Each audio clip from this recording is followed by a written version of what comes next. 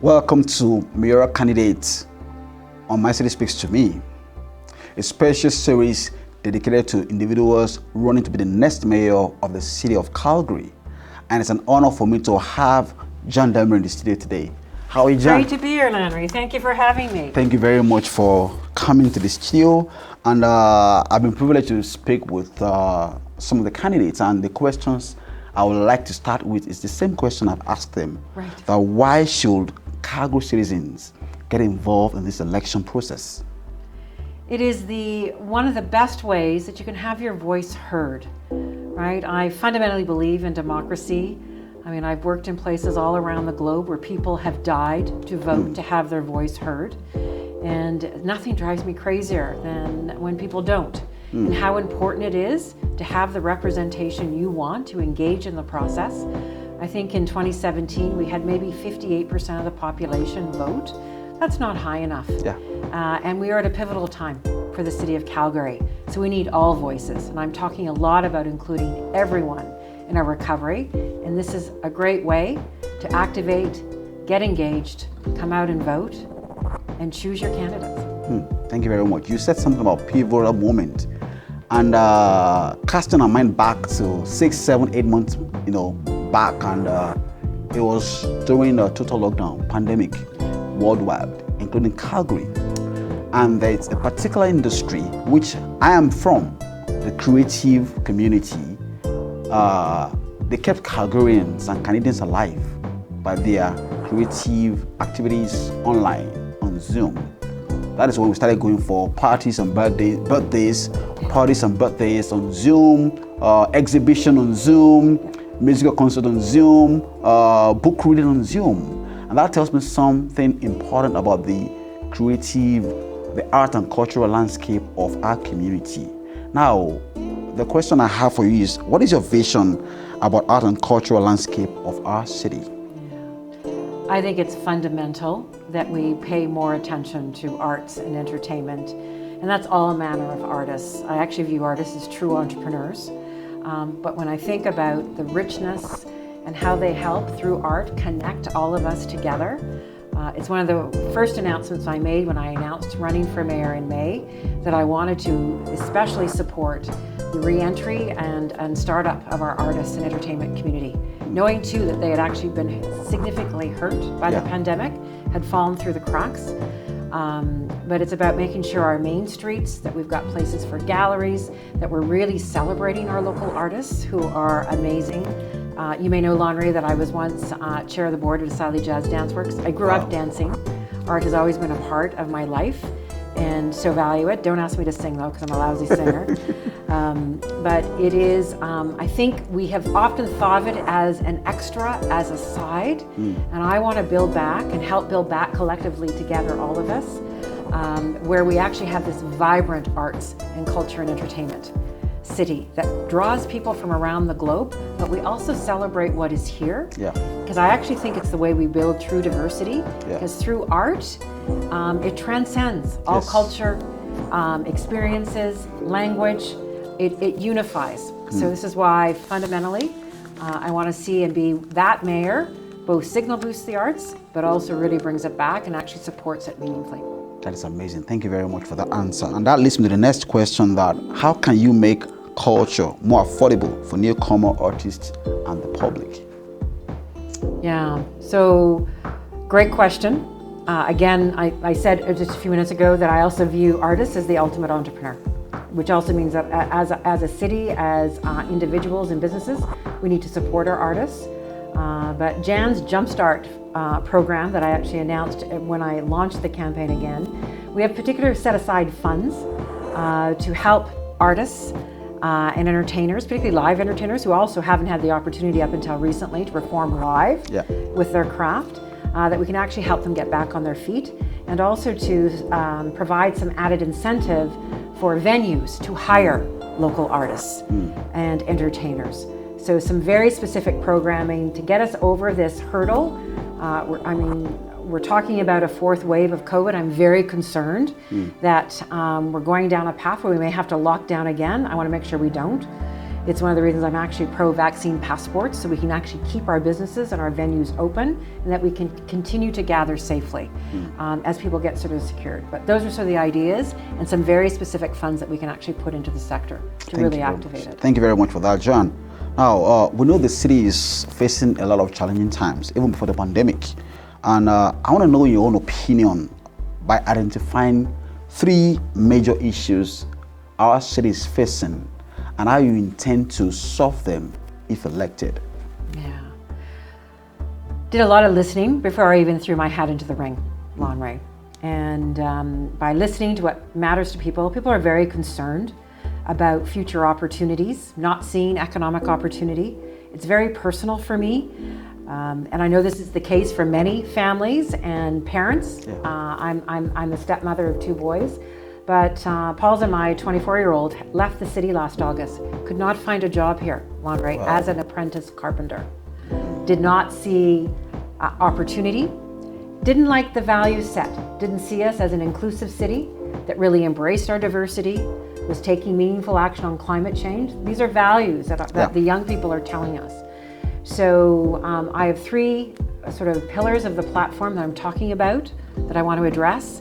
And be clear, as leader, as mayor, is about bringing us together to achieve 80,000 new jobs. It's about making Calgary the destination to learn, live, work, and play. And it's about building back better, almost finding the heart and soul, rediscovering the heart and soul of our city by including everyone in the recovery. And that's getting rid of red tape. That gets in the way of people doing business. How do we really invest in local economy? It's about an idea of having a tech school downtown where we're graduating 4 students, and we have students living downtown. That also helps us with our skill gap in terms of digital and tech, which starts to re-energize and diversify our economy. And it's about an idea about a train from the airport to downtown to Banff. Imagine, Lon Ray, we could actually be doing this interview on the train to Banff or having lunch. Oh, good. But this also moves us into a tier 1 convention city worldwide that brings people here.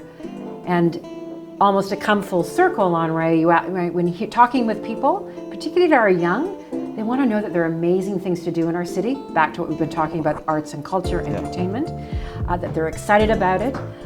And another idea we've come up with is imagine surfing on the Bow River. We call it YYC, SEA, made this announcement actually last week.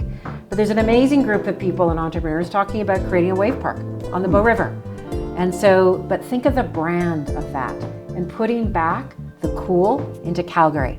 That's amazing. I want to be the signal booster and the champion for this kind of vision for this city that really attracts people, and it makes sure that my 24-year-old comes back and raises their family, because I want to be a grandmother institute.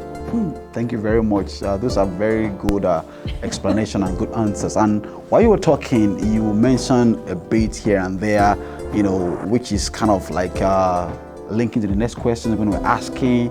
You talk about downtown, you talk about being more inclusive and bringing jobs. So the next question is, how do you intend to make Calgary a more inclusive society?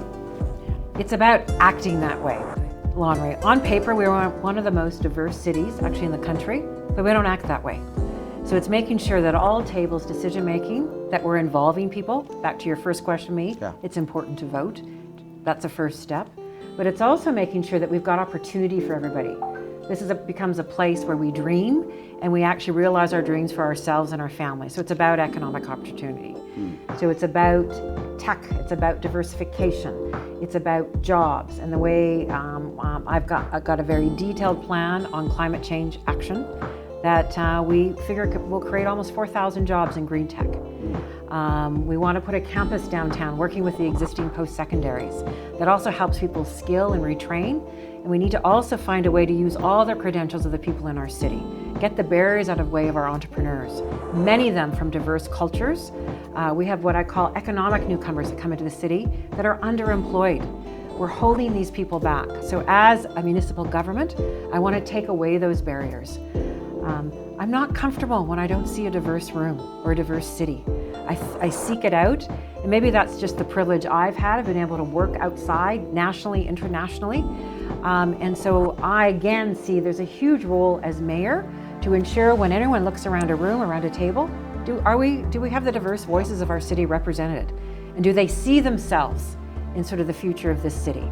So the invitation that I'm providing or asking people is vote for me, because I want to help me create this incredibly inclusive society, because with it we're stronger and we build back stronger. Thank you very much for those explanation, especially in terms of your analysis about having a soften, on the Bow River, having tech, school in downtown, and that sort of, drives us directly to the next question about what are your thoughts about the future of downtown Calgary? So I'm excited, and my vision for downtown Calgary, it becomes a neighborhood. We have students living and learning downtown, also probably working right at the local restaurant, or how they're sort of, at nights when they're trying to pay their student loans off as they're actually learning and skimming. But it creates this vibrancy. And I think our downtown has always been just a place of work. It's died at 4 p.m. every day, even 5 days a week. We need a 24/7 connected to the entertainment district, the arts and culture we've talked about, Main Street. We have one walkable street downtown. We need to make sure that all of our downtown streets are walkable and feel safe and people are mingling. Because safety on streets, I think sometimes miss this obvious observation, is when there are many people on the street, we all feel safer. So how do we get liveliness, things happening 24/7? Maybe eventually someday I'll go back and do my PhD in economics, right? So when I'm doing that paper at 3 a.m., I want to be able to go downtown and have a Reuben sandwich. So this is the dream. This is about making downtown a neighborhood. That to me is part of the revitalization. That is lovely, making downtown a neighborhood. While you were talking, initially you said your stepson left the city because of lack of available opportunities. And that it's part of the thing that we try to, get our people to know what will the next mayor do when it comes to keeping our youth productively engaged in the city and raise opportunities available for them in securing jobs, affordable housing, entertainment. What are your thoughts? Yeah, I think the mayor has a huge role to play in signal boosting for the city and to other cities, other provinces, other countries, what an amazing place this is that actually attracts, and ensuring that we are actually creating the environment where it's friendly to do business, where people can innovate, be creative, where they know that this is opportunity, that it's affordable, it's livable. So the role, I think, of municipal government, with the mayor sort of as the chair of city council, which is about also bringing all councillors together to work together about the positivity. It's one of the reasons I've thrown my hat in the arena. Because of this other perspective that I've had in working and living outside, not only of our city, but our country, we have an amazing place here. It's why this has been home base for me. Calgary has always been my adult home, even when I was traveling overseas. The natural assets, the rivers, it's one of my campaign colors is aquamarine. It's because of the rivers that I love so much. It's about having access to the mountains. It's the quality of life, the fresh air that we have, even though we're experiencing fires, as we know. But when you think about to other places, if you've had that context, we have all that we need here. And most importantly, we have an amazing population with diverse skills and talents that can serve not ourselves locally, but the world. So this is the vision of mayor, that this is a cool place, put the cool back into Calgary, and we need a mayor who can be this positive champion for this city and help people believe again. Yeah, that is amazing. Help Calgarians believe again. Now, all work and no play probably will make John a dull mayor. So, do I come across as dull, Monry? I don't think so. So, what do you do for fun? Tell us. Yeah. I have friends. I say my chosen family is here. I love good food. I love to cook for friends. We drink wine, get into great conversations. I'm a pet lover. I'm a gardener. I used to ride motorcycles. Wow. That spirit of adventure, that travel, seek to meet people, that's what I like to do for fun. Lots of walking, getting out into nature. But mostly it's about gathering. I'm known as the hub and the spoke of all of my friends, of pulling people together. That is and that was tricky in COVID, and I really missed that. Yeah. Right? Everybody, the COVID is sort of like, keep us in a cocoon, restricted us from really expanding and doing what we love to do, but we are getting there little by little, and we hope that these things will improve. Yeah. Now, let's give our voters and our audience a vision of the future. Now, the last question I have before we end today's interview is that at the end of your term, if elected as the mayor of Calgary, what do you hope to have accomplished? Yeah. So my hope to be what I want to accomplish, we will look back and see that we've got a high-performing team on council. We're actually working together through our councillors, where we're representing and people are feeling heard and engaged. They're understanding the decisions that are being made. These are all things that haven't been happening. There's a positivity. Maybe some of our young people are actually seeing and ignited by the potential in this city. You're going to start to see some of these infrastructure projects built. I'm one of the few candidates, Lonray, that's actually had experience building infrastructure, both buildings, pipelines, in the course of my career. I'm an energy economist, as well as I've been an executive at TransCanada Pipelines back in the day, and I've also been an executive in not-for-profit. So bringing all these perspectives and this positivity is that we're seeing our economy grow. We're actually seeing how important local economy is. We're seeing a vibrant streetscape where businesses are thriving, new businesses are starting, and we're seeing us coming together as a city. I often say we are a city of 4 quadrants, and those 4 quadrants often don't meet. And that we're actually moving around the city, and we're spending time in the Northeast because of the amazing food that we can get up in the Northeast. And I'm meeting friends right down the way in the Southeast. We're moving around, and we also have this vibrant core that's drawing us all together. So it is that spirit of optimism, and the economy is on fire, and the globe is coming here, that this is the place. And we're living into that possibility that I have seen for many years. So I want to be part of that story, to ignite that, be the catalyst that ignites this vision. Thank you and very join much. me. Yeah, thank you very much for your time in the studio and then sharing your visions and idea for Calgary. And I hope Calgary make the right choice of voting who they want to be the mayor. And to our viewers, if you want to know more about John Demery, kindly check on the website appearing on your screen right now. And until we'll come again your way very soon, it's bye from me and John. So grateful for the opportunity. Thank you.